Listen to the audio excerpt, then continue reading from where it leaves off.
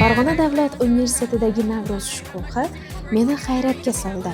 Bir tomonda osh damlanayotgan bo'lsa, boshqa tomonda moda namoyishi va talabalarning o'z qo'llari bilan tayyorlagan mahsulotlari.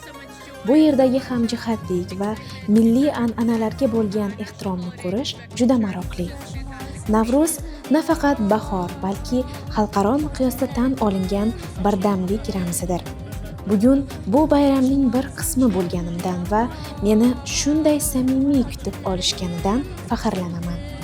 O'zbekistonning ravnaq topishini, ayniqsa Amerika bilan hamkorlik aloqalari talabalar uchun yanada imkoniyatlar eshigini ochishini istayman. Farg'onadagi har bir yoshning katta orzulari xorijda o'qish va xalqaro maydonda faoliyat yuritish istaklari amalga oshishini tilab qolaman.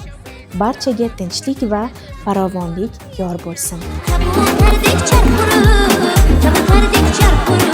Sevgi uçar